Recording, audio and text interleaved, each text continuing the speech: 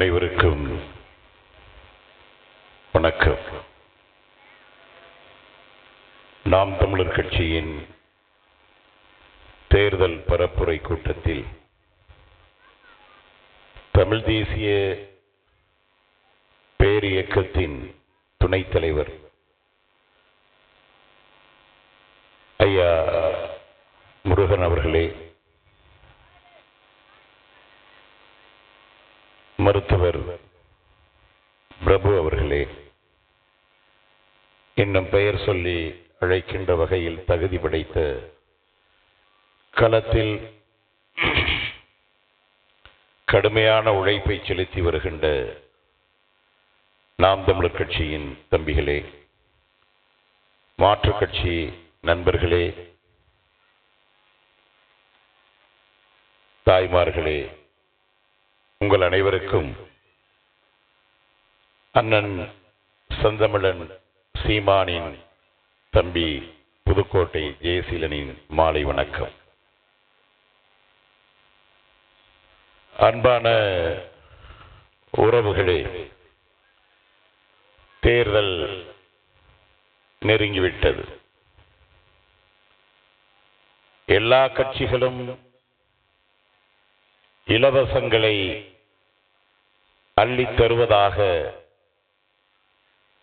வாக்குறுதியை தந்து கொண்டிருக்கின்றார்கள். திராவிட முன்னேற்றக் கழகம் ஆண்டு கொண்டிருக்கின்ற திராவிட முன்னேற்றக் கழகம் மீண்டும் அதிகாரத்திற்கு வந்தால்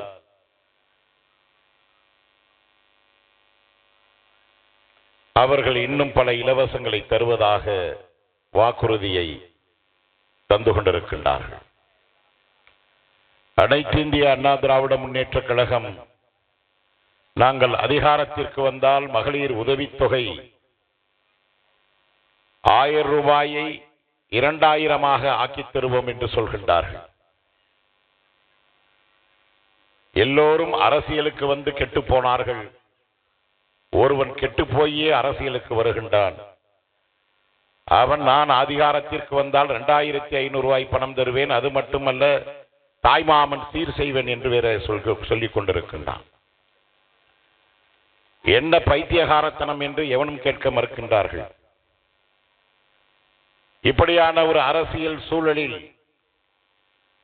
நாங்கள் அதிகாரத்திற்கு வந்தால், நாம் தமிழர் கட்சி அதிகாரத்திற்கு வந்தால் படிப்படியாக இலவசங்களை ஒழித்து சுயமரியாதை மிக்க தன்மான மிக்க ஒரு வாழ்க்கையை நாங்கள் தருவோம். அந்த வாழ்க்கைக்கு அடித்தளமாக தற்சார்பு பொருளாதாரத்தை நாங்கள் முன்வைக்கின்றோம் என்று நெஞ்சை நிமிர்த்தி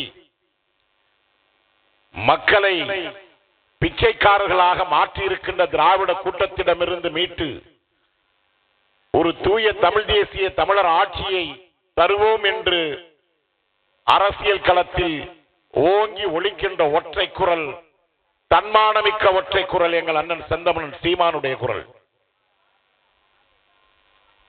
அன்பான உறவுகளே, நீங்கள் ஒரு செய்தியை இந்த இடத்தில் நான் நினைவுகூர கடமைப்பட்டிருக்கின்றேன். திராவிட முன்னேற்றக் கழகத்தின் முக்கிய தலைவர்களில் ஒருவர் RS பாரதியின் ஒருவர் இருக்கின்றார். அந்த RS பாரதி ஒரு பத்திரிகையாளரிடம் பேசிக் கொண்டிருக்கின்ற ஒரு நேர்காணலை நான் பார்த்தேன். அந்த பத்திரிகையாளர் திராவிட முன்னேற்ற கழகத்தின் மூத்த தலைவர் RS பாரதியிடம் கேட்கின்றார், ஐயா, முதலமைச்சர் முத்துவேல் கருணாநிதி ஸ்டாலினுடைய மனைவி துர்கா ஸ்டாலினுக்கு மாதம் உதவித்தொகை 1000 ரூபாய் போய்க் கொண்டிருக்கின்றதா என்று கேட்கின்றார். இதற்கு திராவிட முன்னேற்ற கழகத்தின் மூத்த தலைவராக இருக்கின்ற RS பாரதி என்ன சொல்லி இருக்க வேண்டும்? போகுது, போகல. முதலமைச்சர் பொண்டாட்டிக்கும் 1000 ரூபாய் மாதம் உதவித்தொகை போய்க் கொண்டிருக்கின்றது, இல்லை போகவில்லை என்றுதான் சொல்ல வேண்டும். ஆனால் அவர் என்ன சொன்னார் தெரியுமா? யாரை பார்த்து என்ன கேள்வி கேட்கின்றீர்கள்? துர்கா ஸ்டாலின் என்ன பிச்சைக்காரியா? அவ்வளவு இழிவானவர்களா? மகளிர் உதவித்தொகையை 1000 ரூபாய் பெறுகின்ற அளவிற்கு இழிவான வாழ்க்கையை எங்க முதலமைச்சர் மனைவி வாழ்ந்து கொண்டிருக்கின்றாரா என்று கொந்தளிக்கின்றார் என்றால், மாதம் 1000 ரூபாய் உதவித்தொகை வாங்குகின்ற உங்கள் வீட்டு பெண்ணும் எங்கள் வீட்டு பெண்ணும் தமிழ்நாட்டில் ஏறக்குறைய 1.25 கோடி பேர் பெண்கள் மாதம் 1000 ரூபாய் உதவித்தொகை வாங்கிக் கொண்டிருக்கின்றார்களே, இவர்கள் எல்லாம் பிச்சைக்காரர்களா? கேவலம் கெட்டவர்களா? சுயமரியாதை உள்ள நம் மக்கள் அந்த 1000 ரூபாய் பணத்தை முகத்தில் திருப்பி அடித்து தூக்கி முகத்தில் விட்டு எறிய வேண்டாமா? அண்ணா கொஞ்சம் பேசுவீங்க, தொண்டையை கவுது மைக். இந்த 1000 ரூபாய் உதவித்தொகை எப்படி கொடுக்கின்றார்கள்? தமிழ்நாட்டின் இன்றைய கடன் 10.62 லட்சம் கோடி. தமிழ்நாட்டுடைய இன்றைய கடன் ஏறக்குறைய 11 லட்சம் கோடி ரூபாய் தமிழ்நாட்டு அரசின் கடன். இந்த கடனுக்கு மாதம் தமிழ்நாடு அரசு வட்டி கட்டுகின்றது எவ்வளவு தெரியுமா? 48,000 கோடி ரூபாய். யார் அப்பனுடைய காசு? எதற்காக இந்த கடன் தொகை வாங்கப்பட்டது? திட்டக்குடி தொகுதியை உயர்த்துவதற்காகவா? தமிழ்நாட்டின் மக்களின் வாழ்க்கையை உயர்த்துவதற்காக 10 லட்சம் கோடி ரூபாய் வாங்கி இருக்கின்றார்களா? எடப்பாடி பழனிசாமி ஆட்சியின் போது 4 லட்சம் கோடி ரூபாய் தமிழ்நாடு அரசின் கடன்.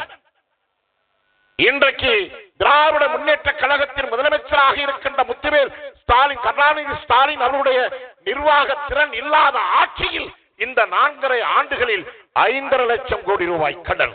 எதற்காக வாங்கினீர்கள்? யாருக்காக வாங்கினீர்கள்? தமிழ்நாடு எந்த துறையில் உயர்ந்திருக்கின்றது? இங்கே பசி ஒழிந்து விட்டதா? பட்டினி ஒழிந்து விட்டதா? ஏழ்மை ஒழிந்து விட்டதா? பஞ்சம் ஒழிந்து விட்டதா? வறுமை ஒழிந்து விட்டதா? வேலை இல்லாத திண்டாட்டம் ஒழிந்து விட்டதா? வன்கொடுமை ஒழிந்து விட்டதா? பெண்கொடுமை ஒழிந்து விட்டதா? பசி பட்டினி எல்லாம் ஒழிந்து விட்டதா? எதற்காக கடன்? யாருக்காக வாங்கினீர்கள்? என்ன நோக்கத்திற்காக வாங்கினீர்கள்? அந்த காசுகளை வாங்கித்தான், உலக வங்கியிடம் கடன் வாங்கித்தான் உங்களுக்கு மாதம் 1000 ரூபாய் உதவித்தொகையை கொடுத்துக் கொண்டிருக்கின்றார்கள். அது மட்டுமில்லை நண்பர்களே, திட்டக்குடி என்பது தனி தொகுதி. இந்த தனி தொகுதி எதற்காக இந்த முறையை பாபா சாஹேப் அம்பேத்கர் அவர்களுடைய சீரிய முயற்சிகளுக்கு பட்டியல் சமூகம் ஆளாகி இருக்கின்றது. 430 பேர் சாதி வெறிக்கு படுகொலை செய்யப்பட்டிருக்கின்றார்கள். யார் பேசுவது? யார் போராடி இருக்க வேண்டும்? யார் தட்டி கட்டி இருக்க வேண்டும்? விடுதலை சிறுத்தைகள் கேட்டார்களா? அண்ணன் திருமாவளவன் சமூக நீதி காவலர் என்று மு.க. ஸ்டாலினுக்கு பட்டம் கொடுக்கின்றார். கருணாநிதியை கொண்டாடுகின்றார். ஈவேராவை கொண்டாடுகின்றார். இதை தாண்டி மேடையில் முழங்குகின்றார், விடுதலை சிறுத்தைகளின் கடைசி தொண்டன் உயிரோடு இருக்கின்றவரை திராவிட முன்னேற்ற கழகத்தின் மீது கை வைக்க முடியாது. நீங்க பேசாம கலைச்சிட்டு திராவிட முன்னேற்ற கழகத்தோட சேர்ந்துருங்க. எதுக்குன்னு உங்களுக்கு கட்சி? எதற்கு உங்களுக்கு கட்சி? நீங்க எந்த மக்களுடைய பிரதிநிதியாக பாராளுமன்றத்திற்கும் சட்டமன்றத்திற்கும் எந்த மக்களுடைய பிரதிநிதியாக தேர்ந்தெடுக்கப்பட்டீர்கள்? 430 பேர் இதுவரை சாதி வெறிக்கு தமிழ்நாட்டில் படுகொலை செய்யப்பட்டிருக்கின்றான். திராவிட முன்னேற்ற கழகத்தின் கடந்த 4.5 ஆண்டுகள் ஆட்சியில் 3000 தாக்குதல், பட்டியல் சமூகத்தின் மீது வன்கொடுமை தாக்குதல், 3000த்திற்கும் மேற்பட்ட தாக்குதல் பதிவு செய்யப்பட்டிருக்கின்றது. வழக்கு காவல் ஒவ்வொரு நாளும் பாலியல் வன்கொடுமை. இதுவரை 26 கஸ்டோடியல் டெத், காவல் நிலைய மரணங்கள், 26 பேரை விசாரணைக்கு என்று அழைத்து சென்ற காவல்துறை காவல் நிலையத்தில் கொலை செய்திருக்கின்றது. பட்டியல் சமூகத்தின் 3/4 பேர், அதில் பட்டியல் சமூகத்தை சார்ந்தவன் வாயை திறந்து இந்த விடுதலை சிறுத்தைகள் சட்டமன்றத்தில் பேசியிருப்பார்களா? மக்கள் மன்றத்தில் பேசியிருப்பார்களா? திராவிட முன்னேற்ற கழகத்தோடு கூட்டணி வைத்துக் கொண்டு ஒட்டுமொத்த தமிழ்நாட்டின் உரிமையையும், பறையர்குடி மக்களுடைய உரிமையும், ஒடுக்கப்பட்ட மக்களின் உரிமையும் அடகு வைத்த துரோகம் செய்த திராவிட முன்னேற்ற கழகத்திற்கு முட்டுக் கொடுத்திருக்கின்ற விடுதலை சிறுத்தைகள் கட்சியையும் சேர்த்து இந்த அரசியல் களத்தில் அகற்ற வேண்டும், உறுதியேற்க வேண்டும். எவ்வளவு பெரிய துரோகம், எவ்வளவு பெரிய துரோகம். என்ன செய்து கழித்தது திராவிட முன்னேற்ற கழகம் கடந்த 4.5 ஆண்டுகளில்? இப்பொழுது கொடுக்கிறாரு ஸ்டாலின் 8000 ரூபாய் கூப்பன். அதுல வெட்கம் இல்லாமல் சொல்கின்றார்கள், 8000 ரூபாய் கூப்பனை வாங்கிட்டு போய் நீங்க ஃப்ரிட்ஜ் வாங்கலாம், கிரைண்டர் வாங்கலாம், மிக்சி வாங்கலாம், உங்களுக்கு பிடிச்சதெல்லாம் வாங்கி வாங்கி எங்க கொண்டு போய் வைக்கிறது? இருக்கிற வீட்டில் வைப்பான், இல்லாத குடிசை வீட்டில் லட்ச மக்கள் ஒன்றுவதற்கு குடிசை இல்லாமல் பிளாட்ஃபார்மில் வாழ்ந்து கொண்டிருக்கின்றானே. சென்னையிலே எல்லாம் கிராமங்களில் குடிசை வீடுகளில் வாழ்ந்து கொண்டிருக்கின்றானே. அவன் ஃப்ரிட்ஜை கொண்டு போய் எங்க வைப்பான்? மிக்சியை கொண்டு போய் எங்க வைப்பான்? சரி, ஃப்ரிட்ஜை கொடுத்துட்டீங்க, ஃப்ரிட்ஜுக்குள்ள வைக்கிறதுக்கு பழம், பால், காய்கறி இது யார் வாங்கி தருவா? உங்க ஆத்தா புருஷன் வாங்கி தருவானா? யாரா வாங்கி தருவா? எங்களுக்கு எல்லாம் இலவசம். புழுத்து போன 20 கிலோ அரிசி இலவசம் ரேஷன் கடையில். ஸ்டாலின் விட்டு நாய் திங்குமா? இங்கே சட்டமன்ற உறுப்பினராக இருக்கின்றார் அண்ணன் கணேசன், கடந்த 10 ஆண்டுகளாக அவர் விட்டு நாய் இந்த ரேஷன் கடை அரிசி, புழுத்த அரிசி 20 கிலோ அரிசியை திங்குமா? பூச்சி பிடிச்ச பருப்பை திங்குமா? மலேசியாவிலிருந்து இறக்குமதி செய்யப்படுகின்ற பாமாயில் மருத்துவர் பிரபுக்கு நன்றாக தெரியும். அந்த பாமாயில் என்றைக்கு பாமாயில் என்கின்ற ஒரு ஆயிலை நமக்கு ரேஷன் கடையில் கொடுத்தானோ அன்றைக்குதான் சர்க்கரை வியாதி வந்தது, அன்றைக்குதான் இரத்த கொதிப்பு வந்தது, அன்றைக்குதான் நமக்கு இதய கோளாறு வந்தது, இதய அடைப்பு வந்தது, சிறுநீரக கோளாறு வந்தது. அவ்வளவு ஆபத்தான எண்ணெய் இந்த பாமாயில் என்கின்ற எண்ணெய். அது பாமாயில் இல்ல, வெடிகுண்டிற்கு சமம். அத்தனை நோய்களும் இலவசம் இலவசம் என்கின்ற பேரில் தமிழ்நாட்டு மக்களை நோயாளிகளாக மாற்றியதுதான் இந்த திராவிட கட்சிகளின், 2 பெரும் திராவிட கட்சிகளின் சாதனை. அண்டா இலவசம், குண்டா இலவசம், அரிசி இலவசம், பருப்பு இலவசம், தாலிக்கு தங்கம் இலவசம், வேட்டி இலவசம், சேலை இலவசம், லேப்டாப் இலவசம், சைக்கிள் இலவசம், செருப்பு இலவசம், புத்தகம் இலவசம். இதெல்லாம் இலவசமாக தருகின்றாயே, எங்களுக்கு இலவசமாக ஏன் தண்ணீர் தர மறுக்கின்றாய்? கேட்கணும். என் பெற்றோரே, பெரியோரே, அறிவில் சிறந்த பெருமக்களே, 30 ஆண்டுகளுக்கு 40 ஆண்டுகளுக்கு முன்பாக கடையில் போய் 1 லிட்டர் தண்ணீர் 30 ரூபாய்க்கு வாங்கி குடிப்போம் என்று நீங்கள் நினைத்து பார்த்ததுண்டா? 20 கிலோ அரிசி இலவசம், 1 லிட்டர் தண்ணீர் 20 ரூபாய். எவ்வளவு பெரிய மோசடி! தண்ணீர் எதற்கு? உலக உயிரினங்களுக்கு தாய்ப்பால். மனிதனுக்கு, குழந்தைகளுக்கு எப்படி தாய்ப்பால் அவசியமோ உலக உயிரினங்களுக்கு தாய்ப்பால், நீர், தண்ணீர். அதனாலதான் வள்ளுவர் பெருந்தகை சொன்னான், நீரின்றி அமையாது உலகென்றான். இந்த பக்கத்தில் இருக்கின்றது வெல்லிங்டன் அணை, வெள்ளாற்று பாலத்தில், வெள்ளாற்றில் குறுக்கே கட்டப்பட்டிருக்கின்றது வெல்லிங்டன் அணை. அந்த வெல்லிங்டன் அணைக்கு ஐயா கணேசன் அவர்கள் 130 கோடி ரூபாய் ஒதுக்கி சரி செய்வதற்காக 130 கோடி ரூபாய் ஒதுக்கி இருக்கின்றார்களா? 130 கோடி இருந்தால் வெலிங்டன் அணை மாதிரி இன்னொரு 2 அணையை கட்டியிருக்கலாமேப்பா. நீங்கள் ஒதுக்கவில்லை, வெலிங்டன் அணைக்காக பதுக்கி இருக்கின்றீர்கள். உங்க வீட்டில் 130 கோடி ரூபாயை ஒதுக்கி இருக்கின்றீர்கள். அதான் உண்மை. என்றைக்கோ சுரண்ட வந்த வெள்ளைக்காரன் 200 ஆண்டுகளுக்கு 300 ஆண்டுகளுக்கு முன்பாக கட்டப்பட்ட ஒரு வெலிங்டன் அணை இன்று வரை நிமிர்ந்து நிற்கின்றது. ஆனால் உன் காலத்தில் கட்டப்பட்ட திட்டக்குடி பேருந்து நிலையம் மேலிருந்து உதிர்ந்து கொட்டுகின்றது. இதெல்லாம் உங்க ஆட்சியோட லட்சணம். இதுல நாங்க அதை செஞ்சேன், நான் இதை செஞ்சேன். என்ன செய்தீர்கள் மக்களுடைய உயர்விற்காக? இதோ இந்த தொகுதியில் ஒரு சர்க்கரை ஆலை இருக்கின்றது. அந்த சர்க்கரை ஆலை யாருடைய இடத்தில் இருக்கின்றது? நம்முடைய இடத்தில், தமிழனுடைய இடத்தில், திட்டக்குடி மக்களுடைய சொந்த இடத்தில் இருக்கின்றது. அதில் வேலை பார்ப்பவன் தமிழனா? வேலை பார்ப்பவன் அத்தனும் வட இந்தியாக்காரன். ஏன் தமிழ்நாட்டில் எல்லா தமிழனும் செத்து போயிட்டானா? உணர்வற்று போனான் தமிழன். ஏன்? காலையில் 10 மணிக்கு திறக்கப்படுகின்ற டாஸ்மாக் இரவு 12 மணி வரையும் இயங்கிக் கொண்டிருக்கின்றது. தமிழர்களை குடி நோயாளிகளாக நீங்கள் மாற்றிவிட்டீர்கள். குடிகார சமூகமாக மாற்றிவிட்டீர்கள். திரும்பிய திசையெல்லாம் கஞ்சா விற்கப்படுகின்றது, மெத்தபடின் கிடக்கின்றது. எல்லா போதைப் பொருளும் தமிழ்நாட்டில் குவிந்து கிடக்கின்றது, எளிதாக கிடக்கின்றது. ஹாங்காங்கில் கிடக்கின்ற போதைப் பொருள், தாய்லாந்தில் கிடக்கின்ற போதைப் பொருள், மும்பை மாநகரத்தில் கிடைக்கின்ற போதைப் பொருள் அத்தனையும் தமிழ்நாட்டு வீதிகளில் மிக எளிதாக கிடைக்கின்றது. தமிழ்நாட்டு இளைஞர்கள் நம் கஷ்டப்பட்டு நம் பிள்ளைகளை வளர்த்த பிள்ளைகள் அத்தனை பேரும் போதைக்கு அடிமையாக இருக்கின்றான். போதைக்கு அடிமையாக இருக்கின்றான். இவன் போதையில் வீழ்ந்தான். வட இந்தியன் இங்கே வந்து வாழ்ந்து கொண்டிருக்கின்றான். ஒரு காலத்தில் அண்ணாதுரை அவர்கள் தான் திராவிட முன்னேற்ற கழகத்தின் தலைவராக இந்த கட்சியை துவங்கிய அண்ணாதுரை அவர்கள் தான் சொல்வார், வடக்கு வாழ்கின்றது தெற்கு தேய்கின்றது என்று.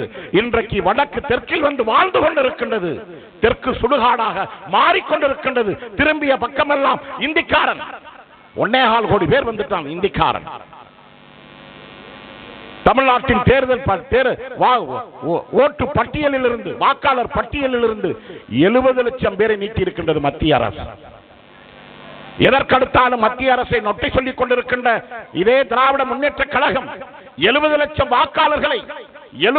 வாக்காளர்களை நீங்கள் வாக்காளர் பட்டியலில் இருந்து தமிழ்நாட்டில் இருந்து நீக்கி இருக்கின்றீர்கள். புதிய 30 லட்சம் வாக்காளர்களை வட இந்திய வாக்காளர்களை சேர்த்திருக்கின்றீர்கள். இது தமிழ்நாட்டிற்கு செய்த அப்பட்டமான இனதுரோகம் என்று 40 நாடாளுமன்ற உறுப்பினர் இருக்கான் தமிழ்நாட்டில். திராவிட முன்னேற்ற கழகத்தை சார்ந்த 40 நாடாளுமன்ற உறுப்பினர்கள் நினைத்திருந்தால் பாராளுமன்றத்தை முடக்கி இருக்க முடியுமா, முடியாதா? ஒரு போராட்டம் செய்தார்களா? ஒரு போராட்டம். வீர பெண்மணியாக மேற்கு வங்கத்தின் முதலமைச்சர் மம்தா பானர்ஜி உச்ச நீதிமன்றத்தில் போராடி தேர்தல் வாக்காளர் பட்டியலில் இருந்து நீக்கியவர்கள் மீண்டும் அவர்கள் ஓட்டு போடலாம் என்ற அந்த உரிமையை பெற்று தந்திருக்கின்றார். அவன் தாண்டா உண்மையான முதலமைச்சர், மக்கள் முதலமைச்சர். உங்களை மாதிரி வாயில வட சொல்றவங்க கிடையாது. சாதிச்சு காமிச்சிருக்கிறோம். அம்மையார் மம்தா பானர்ஜி சாதித்து காமித்திருக்கின்றார்கள். இந்த அயோக்கிய பேசுற நம்மளை போய் பிஜேபி பிடிஎம் மம்தா பானர்ஜி கடந்த வாரம் சொல்லியிருக்கின்றார்கள், பாரதிய ஜனதாவின் உண்மையான கள்ள கூட்டாளி, உண்மையான பிஜேபியோட பி டீம், மெயின் டீமே திராவிட முன்னேற்ற கழகம் என்று நாங்க சொல்லல, மம்தா பானர்ஜி சொன்னாங்க. வாயை திறந்துட்டு வாயை மூடிட்டு பேசாம இருக்கான திராவிட முன்னேற்ற கழகத்தை சார்ந்த வாயை திறந்து பேச வேண்டியதானே, வாய்களையே பேசுறீங்கல்ல ஊடகத்தில், தொலைக்காட்சி விவாதத்தில். அதே போல மம்தா பானர்ஜி நீங்க ஏன் பதில் சொல்லல? ஏனென்றால் அந்த அம்மா ஆதாரத்தோடு தூக்கி வச்சிருக்குது. மத்திய அமைச்சர்களை பாரதிய ஜனதாவின் மத்திய அமைச்சர்கள் எந்தெந்த நேரத்தில் எப்போது வந்து ஸ்டாலினுடைய மருமகன் சபரீசன் சந்தித்தார் என்கின்ற அந்த பட்டியலை அந்த அம்மா வச்சிருக்குது. அதனால பேசாம உட்கார்ந்து இருக்கிறாங்க. இவர்கள் சொல்றாங்க எங்களை பிஜேபியோட பி டீம் சொல்றாங்க. நாங்க பிஜேபியோட பி டீம் இல்லப்பா, Naam Tamilar Katchi we are B team, we are பிரபாகரனுடைய டீம். நாங்கள் பிஜேபி கொண்டு வந்த எல்லா திட்டங்களையும் தமிழ்நாட்டில் சட்டமில்லாமல் நடைமுறைப்படுத்தி வருகின்றது இந்த திராவிட முன்னேற்ற கழக கும்பல். வாயில பேசுறது பிஜேபி எதிர்ப்பு. எனக்கு முன்பாக இந்த மேடையில் பேசி ஐயா முருகன் பதிவு செய்தார், ஒரு இனம் நிலத்தை இழந்தால் மொத்தமாக அடிமைப்பட்டு போகும். இன்றைக்கு ஈரான் எதற்காக போராடி கொண்டிருக்கின்றான்? தன்னுடைய நிலத்தை அமெரிக்க வல்லாதிக்கம் கையகப்படுத்தி விடக்கூடாது, அடிமைப்படுத்தி விடக்கூடாது என்பதற்காக ஈரான் போராடி கொண்டிருக்கின்றார். ஈராக்கின் சதாம் ஹுசேன் எதற்காக போராடினார்? தன்னுடைய நிலத்தை காப்பாற்றுவதற்காக போராடினார். மகாபாரத போர் எதற்காக நடந்தது? நிலத்தை கைப்பற்றுவதற்கான போர். இதுவரை ஏடறிந்த வரலாறுகள் அனைத்தும் வர்க்க போராட்டத்தின் வரலாறு என்று மார்க்சும் ஏங்கல்ஸும் சொல்வார்கள். ஏடறிந்த போர்கள், உலகத்தில் நடந்து கொண்டிருக்கின்ற நடந்த போர்கள் அனைத்தும் நிலத்தை கைப்பற்றுவதற்கான போர் தான். ஏன்? நிலத்தை இழந்தால் பலத்தை இழப்போம், பலத்தை இழந்தால் வளத்தை இழப்போம், வளத்தை இழந்தால் அனைத்தையும் இழப்போம், அனைத்தையும் இழந்தால் அரசியலை இழப்போம், அரசியலை இழந்தால் சொந்த நாட்டில் அகதியாக மாறுவோம். இதை எதிர்த்துதான் எங்கள் தேசிய தலைவன் பிரபாகரன் வீரம் எறிந்த விடுதலை போராட்டத்தை சிங்கள பேரினவாதத்திற்கு எதிராகவும், இந்திய பேரினவாதத்திற்கு எதிராகவும், உலக நாடுகளுக்கு எதிராகவும் 22 நாடுகளை எதிர்த்து இந்திய பெருங்கடலில் 50,000 புலிகளோடு 2009ஆம் ஆண்டு ஒரு 3ஆம் உலக யுத்தத்தை நடத்தினானே எங்கள் தேசிய தலைவன் பிரபாகரன். எதற்கு? தமிழர் நிலத்தை காப்பாற்றுவதற்காக, தமிழர் நிலத்தை காப்பதற்காக, தமிழர் நிலத்தை மீட்பதற்காக போராடினார் எங்கள் தலைவன் பிரபாகரன். அந்த வழியில் தான் எங்கள் அண்ணன் சீமானும் நாம் தமிழர் பிள்ளைகளும் இழந்த நிலத்தை காப்பாற்றுவதற்காக, இருக்கின்ற தமிழ் நிலத்தை காப்பதற்காக நாங்கள் இந்த வீரம் தெரிந்த இந்த போராட்டத்தை தமிழ் மண்ணில் நாங்கள் நடத்தி கொண்டிருக்கின்றோம். ஏன் எல்லா நிலமும் போய்விட்டது, பறிபோய் கொண்டிருக்கின்றது.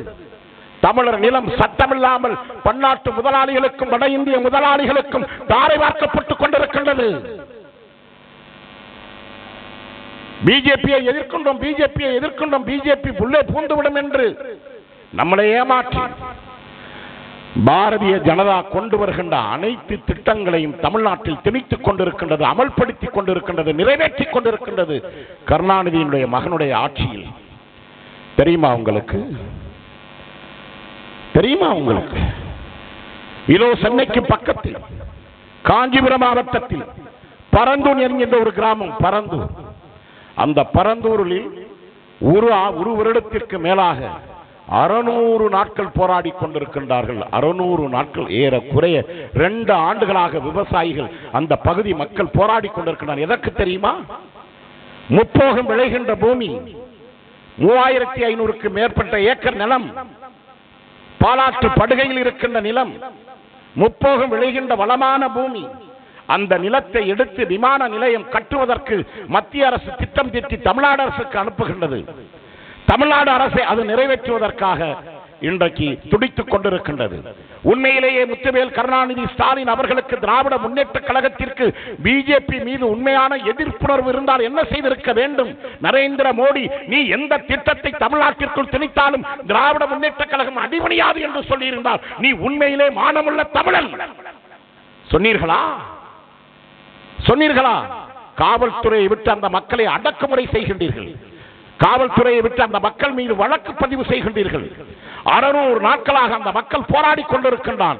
இந்த நிலம்தான் எங்களுடைய வாழ்க்கை, இந்த நிலம்தான் எங்களுடைய முன்னோர்கள் வாழ்ந்த நிலம். இந்த நிலம் இல்லாமல் எங்களுக்கு வாழ்க்கை இல்லை. எங்கள் வருங்கால சந்ததியினரை காப்பாற்றுவதற்கு நிலமடா இந்த நிலம். இந்த நிலத்தை கையகப்படுத்தி விடாதீர்கள், இந்த நிலத்தை தரமாட்டோம் என்று அந்த மக்கள் போராடி கொண்டிருக்கின்றார்.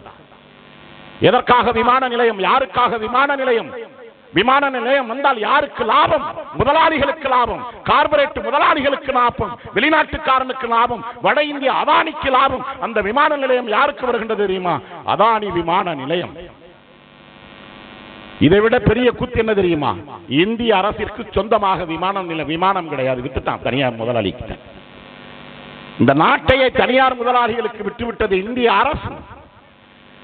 இந்த நாட்டையே வட இந்திய முதலாளிகளுக்கும், தமிழ்நாட்டின் நிலங்களை எல்லாம் வட இந்திய முதலாளிகளுக்கும், உலக முதலாளிகளுக்கு, கார்பரேட் முதலாளிகளுக்கு தாரை வார்த்து கொடுத்து விட்டது திராவிட ஆட்சி.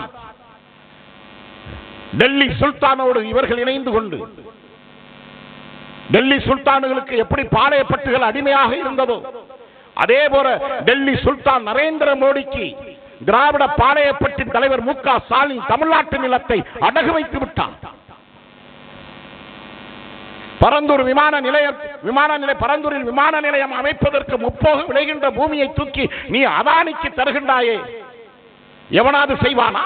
இந்த மண்ணின் மீதும் இந்த மக்களின் மீதும் விவசாய தொழிலாளர்கள் மீது அக்கறை இருந்தால் இந்த வேலையை நீங்கள் செய்வீர்களா? இந்திய அரசிற்கு சொந்தமாக விமானம் இல்லை.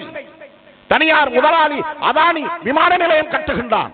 அதானி வட இந்திய அதானி வாழ்வதற்கு, நரேந்திர மோடியின் கூட்டாளி அதானி வாழ்வதற்கு எதற்காக தமிழ்நாட்டு என்னுடைய விவசாயி நிலத்தை நாங்க என்ன வசத்துக்கு உனக்கு கொடுக்கணும்? கேட்பதற்கு தெம்பு இருக்கின்றதா? துணிவு இருக்கின்றதா? தடுத்து நிறுத்துவதற்கான திட்டம் இருக்கின்றதா மு.க. ஸ்டாலினிடம், திராவிட முன்னேற்ற கழகத்தினரிடம்?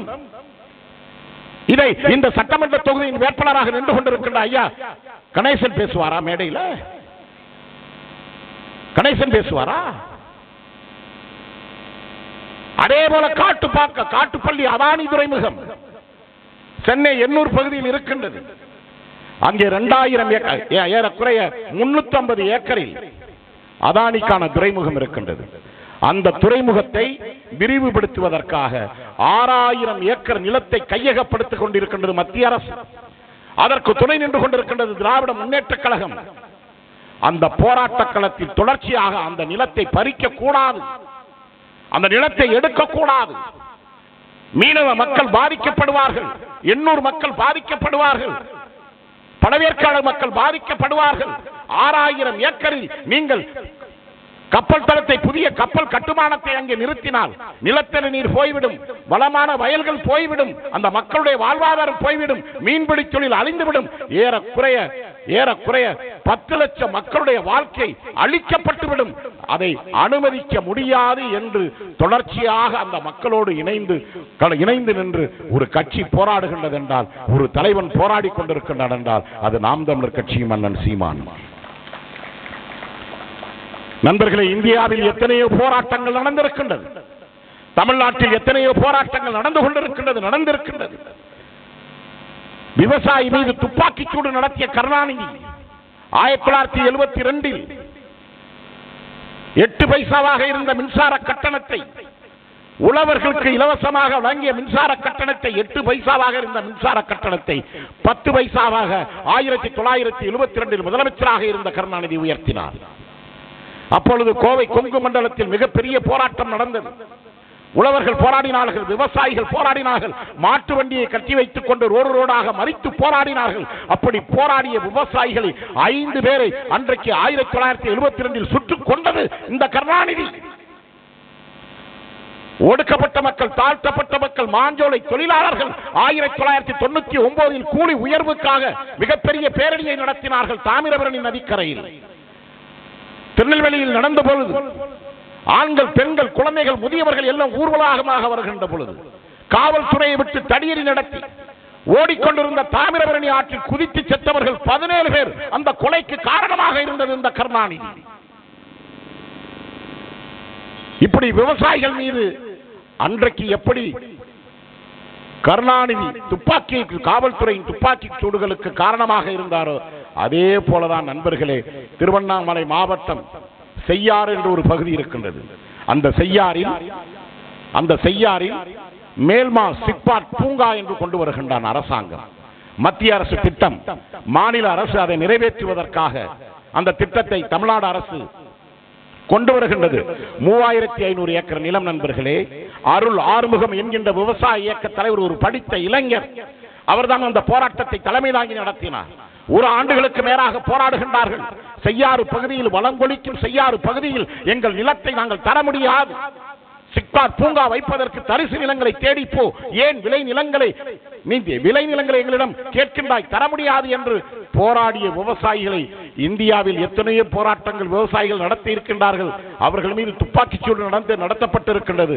ஆனால் நண்பர்களே, இந்திய சுதந்திர வரலாற்றில் விவசாயிகள் மீது குண்டர் சட்டம் யாருமே போட்டது கிடையாது. இந்த முத்துவேல் கருணாநிதி ஸ்டாலினுடைய அரசு செய்யாறு பகுதியில், திருவண்ணாமலை மாவட்டம் செய்யாறு பகுதியில் மேல்மா சிப்காட் பூங்கா கொண்டு வரக்கூடாது, 3500 ஏக்கர் நிலத்தை, விளைநிலத்தை, முப்போகம் விளைகின்ற நிலத்தை நீ பிடுங்கக்கூடாது என்று போராடிய விவசாயிகள் மீது 7 பேர் மீது குண்டர் சட்டத்தை போட்டது இந்த கொடூரமான திராவிட முன்னேற்ற கழக அரசு. அதை கண்டும் காணாமல் அந்த கட்சிக்கு, திராவிட முன்னேற்ற கழகத்திற்கு கூட்டணியில் இருந்து திருட்டு திராவிட முன்னேற்ற கழகத்தை காப்பாற்றிக் கொண்டிருப்பது விடுதலை சிறுத்தைகள், கம்யூனிஸ்ட் கட்சி, காங்கிரஸ் என்கின்ற அயோக்கியத்தனமான வேலைகளை இன்று வரை இவர்கள் 1 சீட்டுக்காகவும் 2 சீட்டுக்காகவும் தமிழ்நாட்டு உரிமைகளை மொத்தமாக வித்துக் கொண்டிருக்கின்றார்கள் பதவி சுகங்களுக்காக. அந்த மேல்மா சிப்காட் பூங்கா விவசாயிகளுக்கு ஆதரவாக நேரிலே போய் களத்தில் நின்ற கட்சி நாம் தமிழர் கட்சியும் அண்ணன் செந்தமிழன் சீமான் அவர்களும். நண்பர்களே, குண்டர் சட்டம் யார் மீது போடுவா? கள்ளச்சாராயம் காய்ச்சல் மீது குண்டர் சட்டம் பாயும், பிப்பாக்கெட் மீது குண்டர் சட்டம் பாயும், ரவுடி பய மீது குண்டர் சட்டம் பாயும், கூலிப்படை மீது குண்டர் சட்டம் பாயும், தாலி அறுக்கிறவன் மீது குண்டர் சட்டம் பாயும். யாராவது போராடிய விவசாயிகள் மீது குண்டர் சட்டம் போடுவானா? இந்த அரசு போட்டது. 7 பேரை சிறையில் அடைத்தது. இதற்கு யார்? ஏவா வேலு என்கின்ற அமைச்சர், திராவிட முன்னேற்ற கழகத்தின் அமைச்சர் காரணம். நினைத்து பாருங்கள், விளைகின்ற பூமியை எவனாவது எடுத்து கார்பரேட் முதலாளிகளுக்கு கொடுப்பானா? வெள்ளைக்காரன் ஏன் இந்த பகுதியில் வெலிங்டன் என்கின்ற இந்த வெள்ளாற்றின் குறுக்கே எதற்காக கட்டினான்? இந்த பகுதி முப்போகம் விளைகின்ற பூமியாக ஒரு காலத்தில் இருந்தது. இன்றைக்கு வெள்ளாற்றில் தண்ணீர் வருகின்றதா? ஆற்றுக்குள் தண்ணீர் ஓடியது போக இன்றைக்கு லாரி ஓடிக்கொண்டிருக்கின்றது. என்ன லாரி? மணல் லாரி. மணல் லாரி. தமிழ்நாட்டில் எல்லா ஆறுகளிலும் தண்ணீர் இல்லை. தமிழ்நாட்டில் ஏறக்குறைய 22 ஆறுகளில் தண்ணீர் ஓடிக்கொண்டிருந்த எல்லா ஆறுகளிலும் மணல் லாரி ஓடிக்கொண்டிருக்கின்றது. மணல் என்றால் சும்மா என்று நினைத்துக் கொண்டிருக்கின்றீர்களா? நம் உடம்பிற்கு தோல் எவ்வளவு முக்கியமோ அதே போல் ஆற்றிற்கு மணல். எந்த அளவிற்கு மணல் உயர்ந்து இருக்கின்றதோ அந்த அளவிற்கு நிலத்தடி நீர் உயர்ந்து இருக்கும் என்று பொருள். எதற்காக வைகை என்று பெயர் வைத்தான் நம் முப்பாட்டன்கள்? எதற்கு வைகை ஆற்றிற்கு மதுரையில் தென்மதுரையில் ஓடிக்கொண்டிருக்கின்ற வைகை ஆற்றிற்கு எதற்கு வைகை என்று பெயர் வைத்தான்? கையை வைத்தால் சித்திர மாதத்து வெயிலில் கூட கையை வைத்து இப்படி நோண்டினால் ஊற்று தண்ணீர் பொங்குமாம். அதனால் வைகை என்று பெயர் வைத்தான். சங்க இலக்கியம் பட்டினப்பாலை பாடுகின்றது. ஆற்று மணல் அடி சுடும் நாளில் கூட ஊற்று நீரால் எங்கள் உலகிற்கே அமுதூட்ட தாயடா வைகையும் காவிரியும் என்று பாடுகின்றான். சித்திர மாதத்து வெயில் கொதிக்கின்ற காலத்தில் கூட ஆற்று மணலை கொஞ்சோண்டு அகற்றி கையை உள்ளே ஆழமாக கையை நோண்டினால் ஊற்று நீர் பொங்கிய காலம் உண்டு. 30 ஆண்டுகளுக்கு முன்பு வெள்ளாற்றில் அந்த அனுபவம் உண்டு.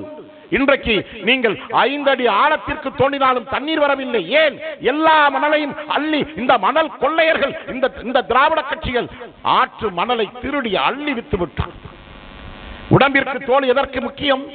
இந்த உடம்பில் தோல் இல்லை என்று வைத்துக் கொள்வோம். இந்த உடம்பில் தோல் இல்லை என்று வைத்துக் கொள்வோம். என்ன நடக்கும்? எவ்வளவு விரைவாக மனிதன் செத்து விடுவான். சந்தேகம் இருந்தால் மருத்துவர் பிரபிடம் கேட்டு பாருங்கள். நேராக சூரிய ஒளி தாக்கும். புற ஊதா கதிர்கள் உடம்பிற்குள் நேரடியாக இறங்கும். சதை அப்படியே பொசுங்கி கருகி பாக்டீரியா தொற்று ஏற்பட்டு வைரஸ் தொற்று ஏற்பட்டு புதிய புதிய நோய்கள் பரவி உடம்பு அழுகி செத்து போய்விடும். அதிலிருந்து காப்பதற்காகத்தான் இயற்கை நமக்கு இயல்பாகவே இந்த தோலை தந்தது. அதே போலதான் மனித உடம்புக்கு எவ்வளவு தோல் முக்கியமோ ஆற்றுக்கு மணல் முக்கியம். ஆற்றுக்கு மணல் முக்கியம். அன்பு நண்பர்களே, ஆற்று மணல் திடீரென்று உருவாகவில்லை. உன்னால் ஒரு காரை உற்பத்தி செய்ய முடியும். நம்மளால் ஒரு பஸ்ஸை உற்பத்தி செய்ய முடியும். நம்மளால் ஒரு புகைப்படத்தை உருவாக்கிவிட முடியும். நம்மளால் நாற்காலியை உருவாக்க முடியும். நம்மளால் எத்தனை அணுகுண்டை கண்டுபிடிக்க முடியும். நம்மளால் துப்பாக்கியை கண்டுபிடிக்க முடியும். அன்பு நண்பர்களே, உங்கள் அதிநவீன விஞ்ஞானத்தால், உங்களுடைய தொழில்நுட்பத்தால், உங்கள் அறிவால் ஆற்று மணலை உருவாக்க முடியுமா? ஆற்று மணலை உருவாக்க முடியுமா? உங்களால் நீரை உருவாக்க முடியுமா? மழையை உருவாக்க முடியுமா? மழையை உருவாக்க முடியுமா? மரத்தை உருவாக்க முடியுமா? அழிந்து போன இயற்கை வளத்தை உங்களால் மீட்டெடுக்க முடியுமா? ஏன் நீர், நிலம், காற்று, ஆகாயம், நெருப்பு, இந்த ஐந்தும் கூட்டு சேர்க்கைக்கு பேர் தான் பஞ்சபூதங்கள். இந்த பஞ்சபூதங்கள் இல்லாமல் இந்த பிரபஞ்சம் இல்லை. இந்த பிரபஞ்சம் இயங்க வேண்டும் என்றால் பஞ்சபூதங்களும் சேர்க்க வேண்டும். நீர், நிலம், காற்று, நெருப்பு, ஆகாயம் இவை அனைத்தும் சரியாக இருந்தால்தான் இந்த பிரபஞ்சம் இயங்க முடியும். இந்த பிரபஞ்சம் சரியாக இயங்கினால்தான் மனிதன் உட்பட அனைத்து உயிரினங்களும் வாழ முடியும். இந்த அனைத்து உயிரினங்களும் சரியாக நிம்மதியாக வாழ வேண்டும் என்றால் இயற்கை வளம் இருக்க வேண்டும். அந்த இயற்கை வளத்திற்கு அடித்தளமாக இருக்கின்ற நீர் இருக்க வேண்டும், நீர்நிலைகள் இருக்க வேண்டும், கம்மா இருக்க வேண்டும், குளம் இருக்க வேண்டும், ஆறு இருக்க வேண்டும், ஏரி இருக்க வேண்டும். இங்கே என்ன இருக்கின்றது? என்ன இருக்கின்றது? எங்கே இருக்கின்றது ஏரி? எங்கே இருக்கின்றது குளம்? எங்கே இருக்கின்றது குளம்? எங்கே இருக்கின்றது ஏரி? எங்கே இருக்கின்றது கண்மாய்? எங்கே இருக்கின்றது ஆறுகள்? எங்கே இருக்கின்றது ஆற்றில் மணல்? எல்லா மணலையும் அள்ளி அள்ளி அள்ளி அயல் நாடுகளுக்கு, வெளி மாநிலத்துக்கு ஒரு அரசாங்கம் வித்துக் கொண்டிருக்கின்றது என்றால் இது அரசாங்கம் இல்லை நண்பர்களே. இவர்கள் அரசியல் தலைவர்கள் அல்ல, இந்த பொலிட்டிக்கல் புரோக்கர்ஸ், அரசியல் தரகர்கள். வெள்ளம் தலைவன் நம் தாய் நாட்டில் இருக்கின்ற ஆற்று நீரில் வளம் குன்றிவிடக் கூடாது, இயற்கை வளம் கெட்டுவிடக் கூடாது, இயற்கை வளம் பறிபோய்விடக் கூடாது, வனத்தை அழிக்க கூடாது, மரத்தை அழிக்க கூடாது, நீர்நிலைகளை காப்பாற்ற வேண்டும் என்று நினைப்பவன் தான் தலைவன். வனங்களை அழித்து கடத்துவது, மரங்களை கடத்துவது, மணலை கடத்துவது. மணலை கடத்தி முடிச்சுட்டான், எல்லாரும் செத்து போய் விட்டது. இப்ப என்ன பண்றான்? மணல் இல்லை எங்கனையும் மலையை விட்டு விற்கிறான். அதை எம்சாண்டா மாத்துறாங்களாம். எம்ஜிஆர் தான் ஒரு படம் எடுத்திருப்பார், அலிப்பாப்பாவும் 40 திருடர்களும். அவெல்லாம் எங்க இருக்கிறான்னா வெள்ளை வேட்டி வெள்ளை சட்டை போட்டுக்கிட்டு சட்டமன்றத்தில் அமைச்சராகவும் சட்டமன்ற உறுப்பினர்களாகவும் பாராளுமன்ற உறுப்பினர்களாகவும் இருக்கிறான். மலைக்கல்லன் ஒரு படம் எடுத்தார் எம்ஜிஆர். அவருக்கு அப்பொழுதே தெரிந்திருக்கின்றது இந்த திருட்டு பையன் பின்னாடி மலையை திருடுவான் என்று. அனைத்து பேரும் மலைக்கல்லனாக மாறிவிட்டான். மழையை வெட்டி எறிந்தால் என்ன நடக்கும்? மழை பெய்யாது. நம்ம திட்டுறோம், நம்ம இன்னைக்கு திட்டுறோம் வீட்டில் உட்காந்துக்கிட்டு. எங்க காலத்துல எல்லாம் எங்க பாட்டி உட்காந்துட்டு காலை நீட்டி போட்டுக்கிட்டு காதுல தண்டட்டி போட்டுருப்பா. எங்க அப்பத்தான் இவ்வளவு பெரிய அப்ப, இவ்வளவு பெரிய தண்டட்டி. எங்க பாட்டி காலை நீட்டி போட்டுட்டு, எங்க காலத்துல எல்லாம் அப்ப மழை பெய்யும், ஒழுங்கா மழை பெய்யும், பனி காலத்துல பனி பெய்யும், வெயில் காலத்துல வெயில் அடிக்கும். இப்ப காலம் கெட்டு போச்சு, கலியுகமா மாறி போச்சு. எல்லாம் ஒன்றும் செய்யல. புரட்டாசி மாசத்துல காத்தடிக்க மாட்டேங்குது, மழை பெய்கிற காலத்துல மழை பெய்ய மாட்டேங்குது, பனி பெய்கிற காலத்துல பனி பெய்ய மாட்டேங்குது. எப்ப பார்த்தாலும் வெயில் அடிச்சுக்கிட்டே இருக்குது. என்ன காரணம்? மரங்களை அழித்து விட்டோம், இயற்கை வளங்களை அழித்து விட்டோம், நீர் நிலைகளை அழித்து விட்டோம், ஆறை சாகடித்து விட்டோம், மலைகளை வெட்டி எரிந்து விட்டோம். அப்புறம் எப்படி இருக்கும் உலகம்? எப்படி இயங்கும்? பஞ்சபூதங்களை அனைத்தையும், நெருப்பை தவிர எல்லாவற்றையும் குப்பை மேடாக மாற்றிவிட்டோமே.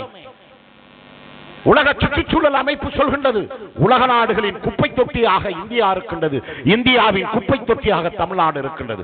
பக்கத்தில் இருக்கின்றது கேரளா மாநிலம். அங்கே இருக்கின்ற மருத்துவ கழிவை எங்க கொண்டாந்து கொட்டான் தெரியுமா? கோயம்புத்தூர்ல கொட்டான். அதை தடுத்து நிறுத்தி அவனை அடித்து விரட்டியது கோயம்புத்தூர் நாம் தமிழர் கட்சி பிள்ளைகள், சீமான் தம்பிகள். எங்க அண்ணன் சீமான கிண்டல் பண்றான். மரத்தை கட்டி பிடிச்சுக்கிட்டு சீமான் ஓட்டு கேட்கிறாரு. எவனாச்சும் மரத்துக்கு மாநாடு நடத்துவானா? யாராச்சும் மலைக்கு மாநாடு நடத்துவானா? யாராச்சும் தண்ணீருக்கு மாநாடு நடத்துவானா? ஆம், எங்கள் அண்ணன் நீர்நிலைகளை காப்பதற்காக, நீரின்றி அமையாத உலகு என்று வள்ளுவனுடைய வாக்கை காப்பாற்றுவதற்காக, அழிந்து கொண்டிருக்கின்ற நீர்நிலைகளை காப்பதற்காக தண்ணீர் மாநாடு நடத்தினான். எந்த தலைவர் நடத்தினான்? மழை பெய்தால்தான் இங்கே இருக்கின்ற இயற்கை வளம் சரியாக இருக்கும் என்பதற்காக, மழையை காப்பதற்காக, இவன் மழையை வெட்டி வித்துக் கொண்டிருப்பதை தடுப்பதற்காக மழைக்காக மாநாடு, மழையை காப்பதற்காக மாநாடு. ஆற்று மணலை அள்ளி விட்டு ஆற்றை சாகடித்து விட்டான். அந்த ஆறுகளை காப்பதற்காக நீர் மாநாடு. நிலத்தை காப்பதற்காக, நிலத்தை காப்பதற்காக அதற்கு மாநாடு. இயற்கை வளம் தருகின்ற நிலத்தை காப்பதற்காக மாநாடு. இப்படி எல்லாவற்றிற்குமான, எல்லா உயிரினங்களுக்குமான அரசியலை இந்த பூமி பந்தில், இந்த தமிழ்நாட்டில், இந்திய துணைக்கண்டத்திலே ஒரு கட்சியும் ஒரு தலைவனும் தருகின்றான் என்றால் அது நாம் தமிழர் கட்சி பிள்ளைகளால் தான் தர முடியும். எங்கள் அண்ணன் தான் அதை செய்து கொண்டிருக்கின்றான். நண்பர்களே, கேரளாவில் ஆறு ஓடுகின்றது, ஆந்திராவில் ஆறு ஓடுகின்றது, கர்நாடகாவில் ஆறு ஓடுகின்றது. அந்த நாட்டு முதலமைச்சர் எவனாவது மணலை அள்ளி விற்கின்றானா? மலையை வெட்டி விற்கின்றானா? கேரளாவில் மழை இல்லை. கேரளாவில் திரும்பிய பக்கமெல்லாம் மரங்கள் இருக்கின்றது, மலைகள் இருக்கின்றது, ஆறுகள் இருக்கின்றது. அவன் ஏன் மரத்தை வெட்ட மறுக்கின்றான்? கேரளாவில் ஒரு மரத்தை வெட்டினால் 10 மரத்தை நட்டுவிட்டுத்தான் ஒரு மரத்தை வெட்டுவான். கேரளாவில் இருக்கின்ற ஏன் அவ்வளவு மலைகள் இருக்கின்றது, அவன் மலையை வெட்டவில்லையே. அங்கே ஆறுகள் ஓடிக்கொண்டிருக்கின்றதே, அவன் ஏன் மணலை அள்ளவில்லை? அதனால்தான் நண்பர்களே, அது கடவுளின் தேசம் என்று சொல்லப்படுகின்றது. தேவதைகளின் பூமி என்று கேரளா கொண்டாடப்படுகின்றது. தமிழ்நாடு எப்படி இருந்த தமிழ்நாடு? என்ன வளம் இல்லை இந்த தமிழ்நாட்டில், ஏன் கையை ஏந்த வேண்டும் வெளிநாட்டில் என்று ஒரு திரைப்படத்தில் கவிஞர் வாலி பாடியிருப்பார். கேரளாவில் மணல் அல்லவில்லை, ஆந்திராவில் மணல் அல்லவில்லை, கர்நாடகாவில் மணல் அல்லவில்லை, தமிழ்நாட்டில் மட்டும் மணலை அள்ளி அள்ளி விற்றுக் கொண்டிருக்கின்றானே. மக்களாகிய நீங்களும் நானும் நமக்கு உணர்வு வந்து தடுக்க வேண்டாமா? அதை காப்பாற்ற வேண்டாமா? எல்லா ஆறுகளும் செத்து போய் விட்டதே, தண்ணீர் எங்கிருந்து கிடைக்கும்? இதைத்தான் கொஞ்ச நேரத்திற்கு முன்பாக நான் கேட்டேன். 30 ஆண்டுகளுக்கு முன்பாக கடையில் போய் 1 லிட்டர் தண்ணீரை 20 ரூபாய்க்கு வாங்கி கொடுத்தீர்களா? நீங்கள் உங்க அப்பா வாங்கி குடித்தாரா? நீங்கள் வாங்கி குடித்தீரா? நம் தாத்தன் வாங்கி குடித்தானா? நம் பூட்டன் வாங்கி கொடுத்தானா? நம் பாட்டனும் பூட்டனும் நம் தகப்பனும் நம் தாத்தனும் கட்டி காப்பாற்றிய இந்த பூமியை கட்டி காப்பாற்றிய இந்த இயற்கை வளத்தை கட்டி காப்பாற்றிய இந்த நீர்நிலைகளை கட்டி காப்பாற்றிய இந்த மலை வளத்தை, எல்லா வளத்தையும் கடந்த 60 ஆண்டுகளில் இந்த திருட்டு திராவிட முன்னேற்ற கழகமும் அனைத்து இந்திய திருட்டு திராவிட அதிமுகவும் 2 பேரும் மாறி மாறி எல்லாவற்றையும் சுடுகாடாக மாற்றிவிட்டார்களே. இந்த பாவிகளுக்கா உங்கள் வலிமை மிகுந்த வாக்குகளை தரப்போகின்றீர்கள்? என் மக்களே, என் மக்களே, நாம் பெற்ற பிள்ளைகளுக்கு நாம் என்ன தந்திவிட்டு போகின்றோம்? சொத்தையா? உங்களிடம் 100 கிலோ தங்கம் இருக்கலாம், உங்களிடம் 100 கோடி ரூபாய் பணம் இருக்கலாம், நீங்கள் மிகப்பெரிய பணக்காரன் இருக்கலாம், வெளிநாட்டு கார் உங்களுக்கு இருக்கலாம், 10 மாடி வீடு இருக்கலாம், அந்த உங்கள் பேரனும் உங்கள் பேத்தியும் இருக்கலாம். அவர்கள் வாழ்வதற்கு நலமான பூமி இருக்க வேண்டும் அல்லவா? அவர்கள் வாழ்வதற்கு நலமான பூமி வேண்டும் அல்லவா? பாதுகாப்பான பூமி வேண்டும் அல்லவா? நீர்வளம் வேண்டும் அல்லவா? நிலவளம் வேண்டும் அல்லவா? மலைவளம் வேண்டும் அல்லவா? ஆற்று நீர் வளம் வேண்டும் அல்லவா? வயல்வெளி வேண்டும் அல்லவா? இயற்கை வளம் வேண்டும் அல்லவா? இயற்கை இல்லாமல் எப்படி நீங்களும் நானும் வாழ முடியும்? நீர் இல்லாமல் எப்படி வாழ முடியும்? மரம் இல்லாமல் எப்படி வாழ முடியும்? ஏரி குளம் கண்மா இல்லாமல் எப்படி வாழ முடியும்? வயல் வளம் இல்லாமல் எப்படி வாழ முடியும்? விவசாயிகள் இல்லாமல் எப்படி வாழ முடியும்? இதெல்லாம் காப்பாற்றுவதற்கான அரசியலை சொல்கின்ற கட்சி தான் நாம் தமிழர் கட்சியும் அண்ணன் செந்தமிழன் சீமானும். அதுதான் எங்களுடைய அடிப்படை கொள்கை. இதை திமுக மேடையில் பேசுவாங்களா? அதிமுக மேடையில் பேசுவாங்களா? விடுதலை சிறுத்தைகளோ பாட்டாளி மக்கள் கட்சியோ இந்த அரசியலை பேசுமா? ஒரு காலத்தில் பேசியது. பசுமை தாயகம் என்கின்ற ஒரு அமைப்பை நிறுவி எங்கள் மருத்துவர் ஐயா பேசினார். ஒரு காலத்தில் எங்கள் மருத்துவர் ஐயாவும் அண்ணன் திருமாவளவும் இணைந்து இந்த வடபகுதியில் நடந்த சாதி கலவரங்களை தணித்து தமிழ் சமூகமாக ஒன்றுபட்டு நின்றார்கள். அவர்களை திட்டமிட்டு பிரித்தது இந்த திராவிட கும்பல். ஏன் பறையரும் படையாட்சியும் சாதி வரிகளை தணித்து அண்ணன் தம்பி போல் இருந்தால் கருணாநிதி அதிகாரத்திற்கு வர முடியாது, எம்ஜிஆர் அதிகாரத்திற்கு வர முடியாது, ஜெயலலிதா அதிகாரத்திற்கு வர முடியாது என்கின்ற திட்டமிட்ட சூழ்ச்சி செஞ்சுதான் பல்லனும் பறையனும் படையாட்சியும் வெட்டி கொண்டு சாக வேண்டும் என்பதுதான் திராவிட கட்சிகளுடைய திட்டம், பாரதிய ஜனதா காங்கிரஸ் கட்சியுடைய திட்டம். இந்த ஏமாந்த தமிழன் இதை புரிந்து கொள்ளாமல் சாதி வெறி பிடித்து அலைகின்றான். அதைத்தான் பாரதிதாசன் சொன்னான். சாதி இருக்கின்றதென்பானும் இருக்கின்றானே என்று, சாதி ஒழித்தல் நன்று, நல்ல தமிழ் வளர்த்தல் மற்றொன்று என்று சொன்னான் பாவேந்தன் பாரதிதாசன். அவ்வை பாடவில்லையா? வள்ளலார் பாடவில்லையா? வள்ளுவன் பாடவில்லையா? சாதிக்கு எதிராக சாதியைத்தான் நாம் காப்பாற்றிக் கொண்டிருக்கின்றோம். சாதி ஒருபோதும் நம்மளை காப்பாற்றவில்லை, காப்பாற்றாது. அது வெறியைத்தான் தரும், அது வெறியைத்தான் தரும். உன்னையும் என்னையும் பிரிக்கும். உன்னையும் என்னையும் எது இணைக்கும் தெரியுமா? நம் அன்னை தமிழ்தான் இணைக்கும். மொழிதான் நம்மளை இணைக்கும். சாதியும் மதமும் நம்மளை பிரிக்கும். எனவேதான் நாம் தமிழர் என்கின்ற இந்த அமைப்பை அண்ணன் செந்தமிழன் சீமான் துவங்கினார். அன்பான உறவுகளே, இந்த மனித இருப்பிற்கு நீர் அவசியம். கடந்த மாதம் ஐநா மன்றம் அறிவித்திருக்கின்றது நண்பர்களே, தண்ணீர் திவாலாகி கொண்டிருக்கின்றது. இந்த நாடு ஒரு மிகப்பெரிய பஞ்சத்தை இந்த உலகம் சந்திக்க போகின்றது. தண்ணீர் திவாலாகி கொண்டிருக்கின்றது. ஒரு குடம் தண்ணீர் 25 லிட்டர் தண்ணீர் 35 ரூபாய்க்கு விற்கின்றது. 1 லிட்டர் தண்ணீர் 20 ரூபாய்க்கு விற்றுக் கொண்டிருக்கின்றது. அணுகுண்டை உற்பத்தி செய்ய முடியும், ஆயுதங்களை உற்பத்தி செய்ய முடியும், பீரங்கியை உற்பத்தி செய்ய முடியும், விமானத்தை உற்பத்தி செய்ய முடியும், கப்பலை உற்பத்தி செய்ய முடியும், கட்டிடங்களை கட்ட முடியும், மின்சாரத்தை உற்பத்தி செய்ய முடியும், எல்லாவற்றையும் உற்பத்தி செய்ய முடியும். நீரை உற்பத்தி செய்ய முடியுமா? அது இயற்கை மட்டும்தான் தர முடியும். அந்த நீர் திவாலாய் கொண்டிருக்கின்றது. இந்த பூமி பந்தில் நண்பர்களே, இந்த பூமி பந்தில் மனித இனம் மட்டுமல்ல, உயிரினமே தோன்றுவதற்கு முன்பாக ஒரு மலை தோன்றியது. எந்த மலை தெரியுமா நண்பர்கள்? அதுதான் நமது மேற்கு தொடர்ச்சி மலை. இந்த மேற்கு தொடர்ச்சி மலை கன்னியாகுமரியில் துவங்கி குஜராத் வரை 850 கிலோமீட்டர் நீளம். 850 கிலோமீட்டர் நீளம். நீங்களும் நானும் நம் பாட்டனும் பூட்டனும் பிறப்பதற்கு முன்பாக இந்த பூமி பந்தில் உயிரினங்கள் பிறப்பதற்கு உருவாவதற்கு முன்பாகவே ஒரு மலை தோன்றி இருக்குது என்றால் அது தமிழ்நாட்டின் மேற்கு தொடர்ச்சி மலை. கன்னியாகுமரியில் இருந்து துவங்கி குஜராத் வரை நீள்கின்ற இந்த மேற்கு தொடர்ச்சி மலைதான் தென்னிந்தியாவின் தாய் என்று சொல்கின்றார்கள். சுற்றுச்சூழல் அறிஞர்கள், விஞ்ஞானிகள் சொல்றான், தென்னிந்தியாவின் தாய்மடி ஏன்? கேரளா, கர்நாடகா, ஆந்திரா, தமிழ்நாட்டில் ஓடுகின்ற எல்லா ஆறுகளும் எங்கே உற்பத்தி ஆகின்றது தெரியுமா? இந்த மேற்கு தொடர்ச்சி மலையில் தான். எனவேதான் ஐநா மண்டலத்தின் ஒரு பகுதியாக இருக்கின்ற யுனெஸ்கோ என்கின்ற ஒரு அமைப்பு அறிவித்திருக்கின்றது. நண்பர்களே, என்ன தெரியுமா இது? இந்தியாவிற்கும் பாகிஸ்தானுக்கும் யுத்தம் நேர்ந்தால், இந்தியாவிற்கும் சீனாவிற்கும் சண்டை நேர்ந்தால், நீங்கள் எந்த குண்டையும், எந்த ஒரு குண்டையும், எந்த ஒரு ஆயுதத்தையும் நீங்கள் மேற்கு தொடர்ச்சி மலை பகுதிக்குள் பிரயோகிக்க அங்கே பயன்படுத்தக்கூடாது. காரணம், அது பல்லுயிர் பெருக்க மண்டலம், பயோடைவர்சிட்டி என்று வரையறை செய்திருக்கின்றான். இதை போராடி பெற்று தந்தவன் யார் தெரியுமா? மேற்கு தொடர்ச்சி மலையை பாதுகாக்க வேண்டும். அது தென்னிந்தியாவின் தாய்மடி மட்டுமல்ல, உலகத்தின் பல உயிரினங்கள் வாழ்வதற்கான சூழலியல் மண்டலம் என்று ஐநாவின் யுனெஸ்கோவில் போராடி வாங்கி தந்தது அதிமுக அல்ல.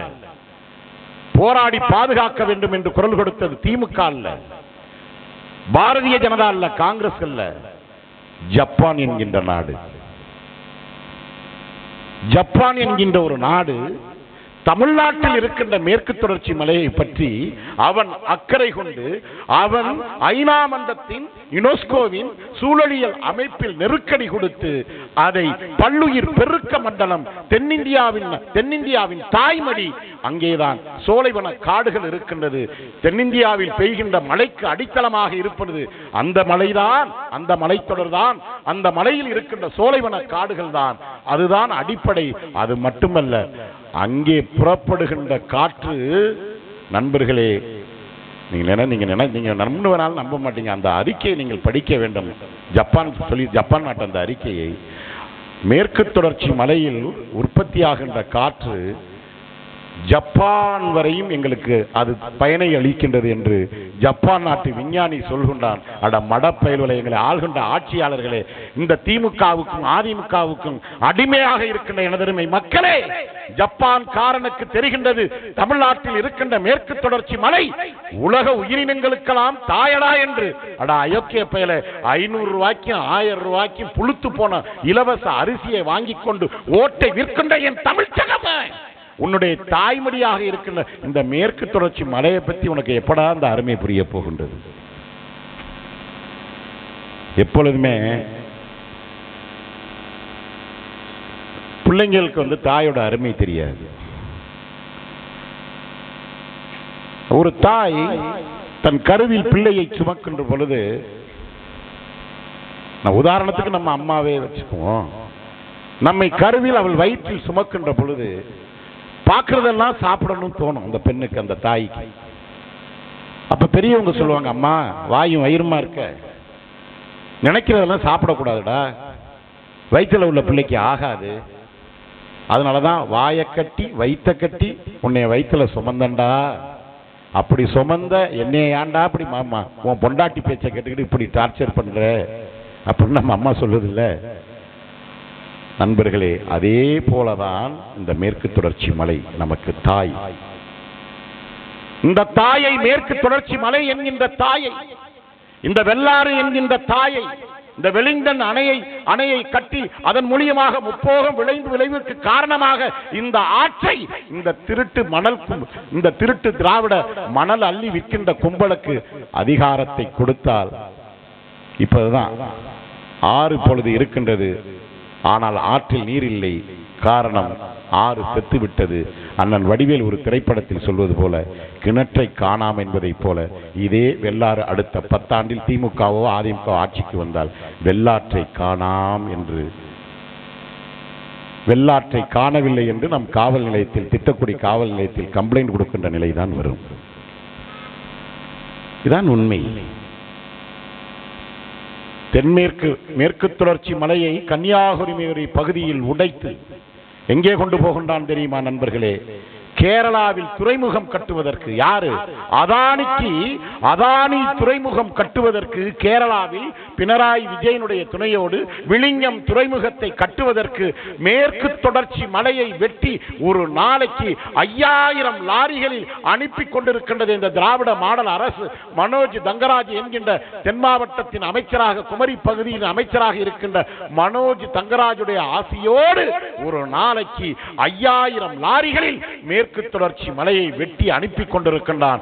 கேரளாவுடைய துறைமுகத்தை கட்டுவதற்கு, கேரளாவில் ரோடு போடுவதற்கு, வட இந்தியாவில் ரோடு போடுவதற்கு, வட இந்தியா காரணம் வெளிநாட்டு காரணம் வீடு கட்டி மகிழ்வதற்கு தமிழ்நாட்டு ஆற்று மணல் கடத்தப்படுகின்றது, தமிழ்நாட்டு மலைவளம் கடத்தப்படுகின்றது. வெளிநாட்டுக்காரன் சொகுசாக வாழ்வதற்கு தமிழ்நாட்டில் இருக்கின்ற காடுகளை எல்லாம் வெட்டி, மரங்களை எல்லாம் வெட்டி கடத்தப்பட்டு கொண்டிருக்கின்றது. அரசாங்கத்தின் துணையோடு இதை செய்து கொண்டிருப்பது கடந்த 60 ஆண்டுகளாக அதிமுக திமுக என்ற கொடூர கும்பல். மீண்டும் மீண்டும் என் நண்பர்களே, என் உறவுகளே, இலவசங்களுக்கு தயவு செய்து இலவசங்களுக்கு உங்கள் வலிமை மிகுந்த வாக்குகளை விட்டுவிடாதீர்கள், விட்டுவிடாதீர்கள். பாபா சாஹேப் அம்பேத்கர் போராடி பெற்று தந்த உரிமை இது. இந்தியா சுதந்திரம் அடைந்த பொழுது முதல் பாரத பிரதமராக அன்றைக்கு நேரு இருந்தார். நேருவிடம் போய் அம்பேத்கர் சண்டையிடுகின்றார். இந்தியா விடுதலை பெற்று விட்டது, வெள்ளைக்காரனிடமிருந்து விடுதலை பெற்று விட்டது. இந்திய அரசமைப்பு சட்டத்தை எனது தலைமையில் நான் உருவாக்கி தந்திருக்கின்றேன். இந்தியா ஒரு ஜனநாயக நாடு, இந்தியா குடியரசு நாடாக மாறிவிட்டது. இனிமேல் 21 வயது நிரம்பிய அனைவருக்கும் நீங்கள் ஓட்டு உரிமை கொடுக்க வேண்டும் என்று வாதாடுகின்றார் நேருவிடம். அதுவரை இந்தியாவில் தேர்தல் நடந்தது நண்பர்களே. 1919 தேர்தல் நடந்து கொண்டிருக்கின்றது இந்தியாவில். ஆனால் யார் நீங்களோ நானோ பெண்களோ ஏழை எளிய மக்களோ வாக்களிக்கின்ற உரிமை வெள்ளைக்காரன் காலத்தில் கிடையாது. அன்றைக்கு மன்னர்கள் ஓட்டு போடலாம், மிட்டா மிராசுகள் ஓட்டு போடலாம், ஜமீன்தார்கள் போடலாம். அரசாங்கத்திற்கு, வெள்ளைக்காரன் அரசாங்கத்திற்கு வரி கட்டுவர்கள் வாக்களிக்கின்ற உரிமை பெற்றிருந்தார்கள். நீங்களும் நானும் ஏழை எளிய மக்களும் யாரும் ஓட்டு போடுவதற்கு அன்றைக்கு உரிமை நமக்கு கிடையாது. எளியவர்களுக்கு கிடையாது, வலியவர்களுக்கு தான் இருந்தது ஓட்டுரிமை.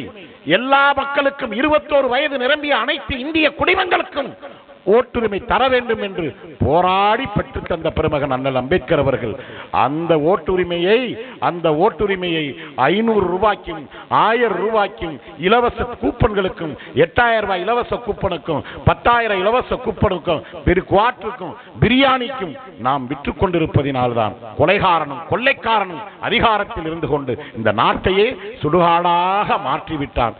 இந்த நிலைமை மாற வேண்டும் என்றால் உங்கள் வலிமை மிகுந்த வாக்குகளை திட்டக்குடி சட்டமன்ற தொகுதியில் நாம் தமிழர் கட்சியில் போட்டியிடுகின்ற ஏழை வீட்டு பிள்ளை, எளிய வீட்டு பிள்ளை, படித்த பிள்ளை நாம் தமிழர் கட்சியில் இணைத்துக் கொண்டு எல்லா போராட்டங்களிலும் அண்ணன் சீமானோடு இணைந்து களம் கண்டு கொண்டிருக்கின்ற எங்கள் அன்பு பிள்ளை மகாலட்சுமி அவர்களுக்கு, திருமதி மகாலட்சுமி அவர்களுக்கு விவசாயி சின்னத்தில் ஏர் கலப்பை சுமந்து நிற்கின்ற விவசாயி சின்னத்தில் நீங்கள் வாக்களியுங்கள்.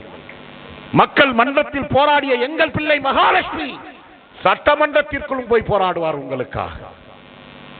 இது சத்தியம், இது சத்தியம். எல்லா உரிமையும் இழந்து விட்டோம், எந்த உரிமையும் கிடையாது. இந்த எல்லா உரிமையும் டெல்லிக்காரனிடம் அடகு வைத்தவர்கள் தான் இந்த திருட்டு திராவிட கும்பல். டெல்லி எஜமானரிடம் அடகு வைத்து விட்டான் எல்லா உரிமையும். இருக்கின்ற உரிமையை காக்க வேண்டும், இழந்த உரிமையை மீட்க வேண்டும் என்றால் அது நாம் தமிழர் கட்சி அதிகாரத்திற்கு வர வேண்டும். இந்தியாவோடு இணையாட்சி, தமிழ்நாட்டில் தன்னாட்சி, தன்னாட்சி மட்டுமல்ல தமிழர் ஆட்சி. அந்த தமிழர் ஆட்சி அறம் சார்ந்த ஆட்சி. அந்த அறம் எது? சிலப்பதிகாரத்தில் இளங்கோவடிகள் பாடியிருப்பானே, அரசியல் பிழைத்தோருக்கு அறம் குற்றாக வேண்டும் என்று.